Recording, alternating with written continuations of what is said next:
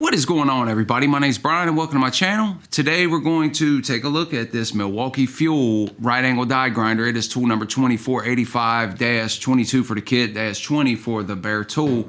And you can also see that I have the straight grinder here as well. But we're going to do a separate video on that. We're going to focus on the right angle die grinder today. Now, as always, I try to be as 100% honest as possible when I'm doing this channel, and Milwaukee Tools did send me these tools. However, I am not sponsored by Milwaukee Tools, and I'm not required to say anything as far as whether these are good or bad or anything. So just wanted to give you all the information before you take anything into consideration what I say. But I've had this tool now for about 3 weeks now. I've been using it, and I've used it quite a bit. And the kit does come with two 2.0 amp hour CP batteries. Now, if you are considering buying this tool, if you want my advice, the kit is nice and all, but I would definitely buy a 6 amp hour battery, or at least a 4 amp hour battery to go along with this. Because like I said, I have used this tool, and using it with the 2.0 amp hour batteries at open full throttle now. Now, granted, a lot of times you're not going to use this tool at full throttle. I just wanted to test it at full throttle to see the maximum ability of it. It's going to all depend on what you're doing, what your application is with the tool. Now, if you look on the back of the box, you'll see that they do give you a recommendation of what speed to use. And this tool does have a 4-speed motor, so you can go up to 0 to 10,000 at speed 1, 0 to 15,000 at speed 2, 0 to 20,000 at speed 3, and 0 to 25,000 at speed 4. And on the back, you can see that they recommend that you're going to use 10,000 for delicate, all the way up to 24,500 RPMs. I stand corrected for cutoff disc, abrasive disc, whatnot. So you're not always going to use this tool at full speed, but I did want to test it at full speed. Like I said, with the 2.0 amp hour batteries, you're going to get about 1.5 minutes runtime before you have to swap these batteries out, and it takes approximately about 20 to 30 minutes to charge one of those batteries, so it doesn't take very long.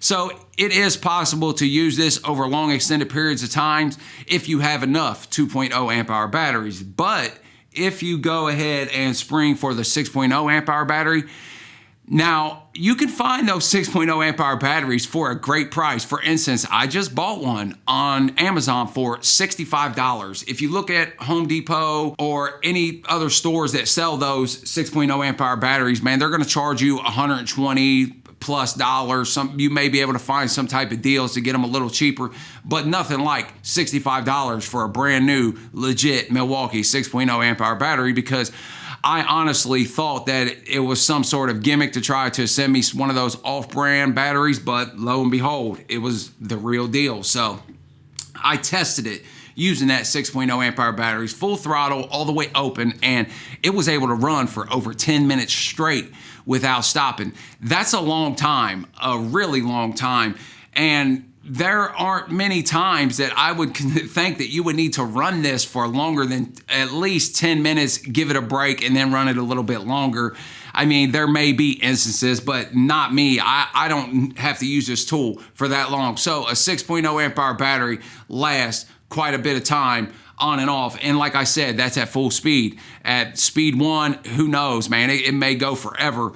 But using this, I actually gave up trying to find out how long the battery ran, because the tool gets hot, man.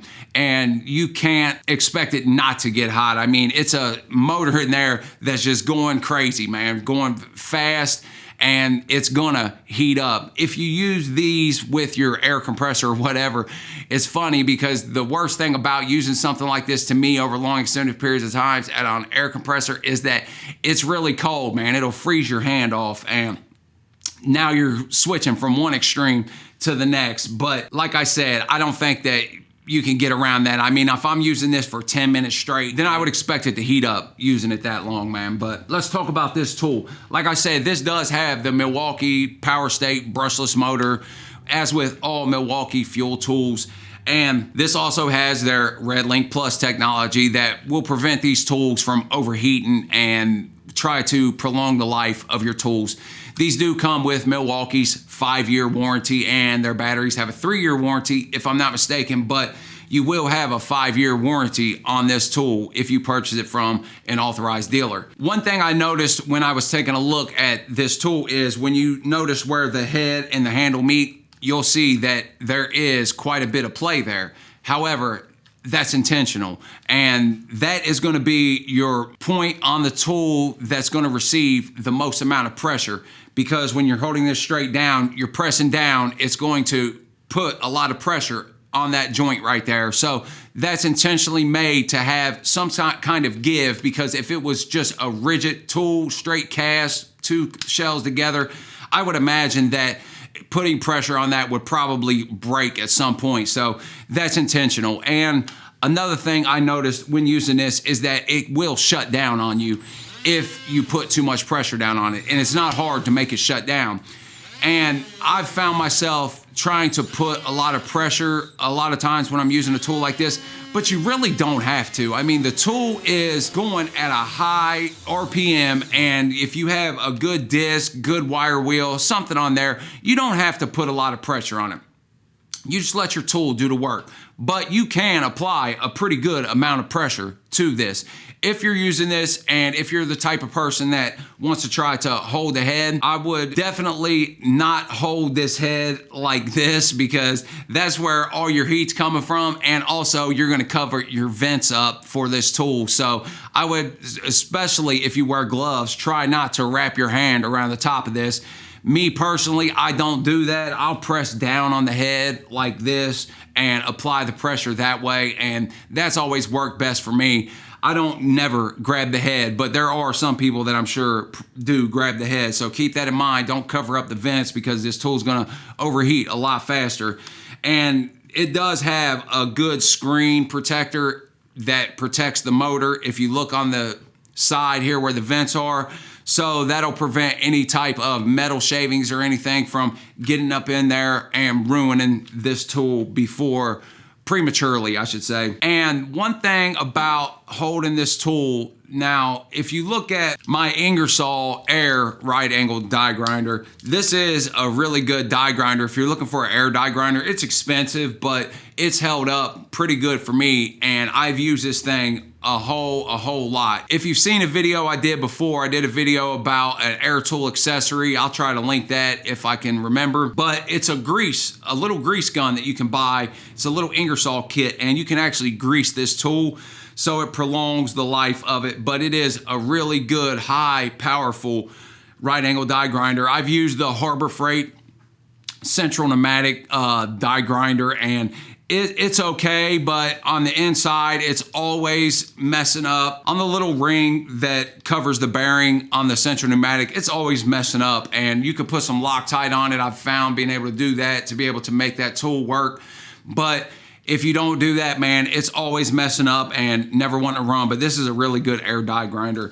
But if you look at the difference between this and this, you can see a pretty big difference in the size of it. And the main thing that I noticed the difference of is the width of the handle.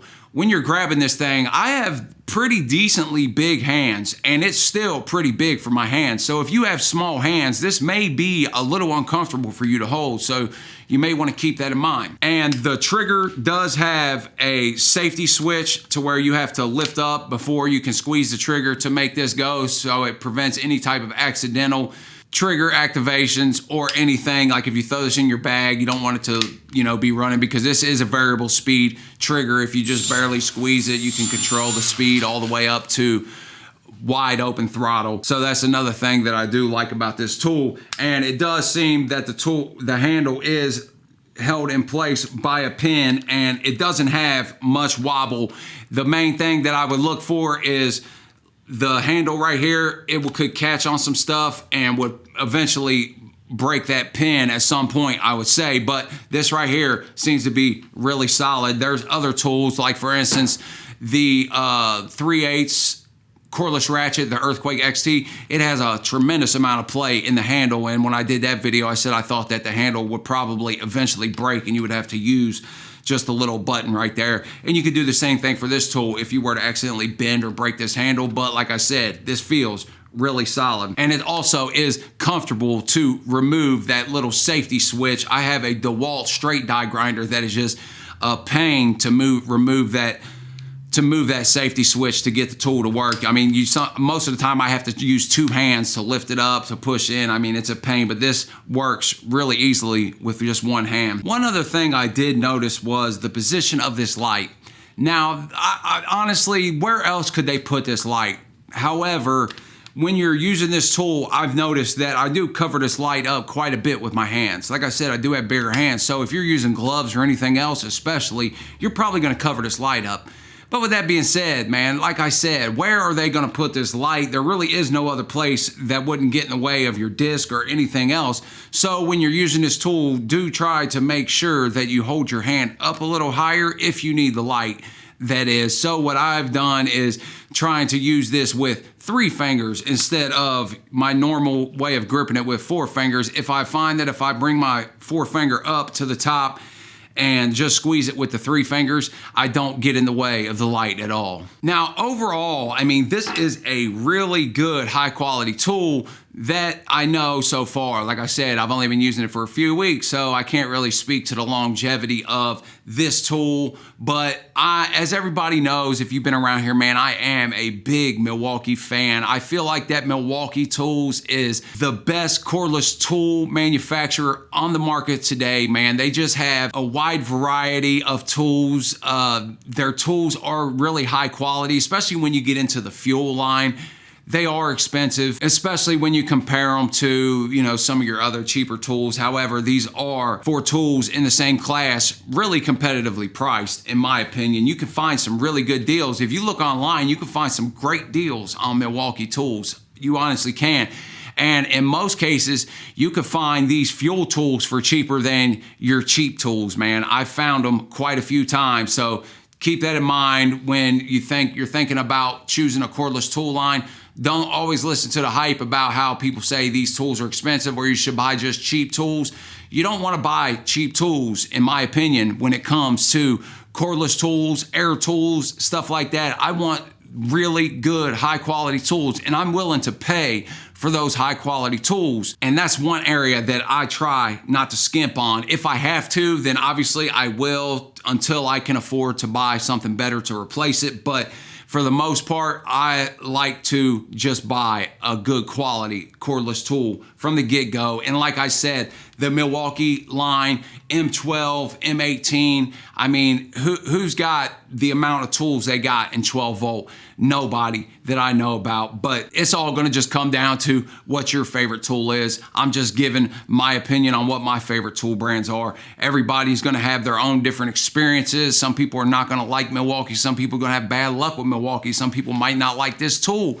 They may have had bad luck with it. If you look online, there are a high number of people that gave this a 1-star rating, and I'm not sure why. I haven't seen anything to indicate that this is a 1-star tool. This is a really good, high quality tool. My dream is that one day I can just cut the cord, cut the hose, and not have to worry about dragging extension cords, dragging air hoses. If you're working on a vehicle or something and you're in your shop, you don't want to have to drag cords around, drag hoses around. It becomes a hassle. You want to be able to just grab this and go. Or if you have to go on the road and do something, you don't want to have to load up a generator, a compressor, everything. You want to be able to just grab a few tools and go. And that's where cordless tools nowadays, this is one big step forward for cordless tools to be able to almost replace most of your corded and air compressed tools. In my opinion, man, they're headed that way. If you look at,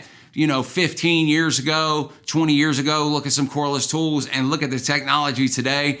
I mean, it's insane in my opinion. But if you have any experience with this or with this straight die grinder, or if you're interested in this straight die grinder, make sure you subscribe below because I am going to do a video on that as well.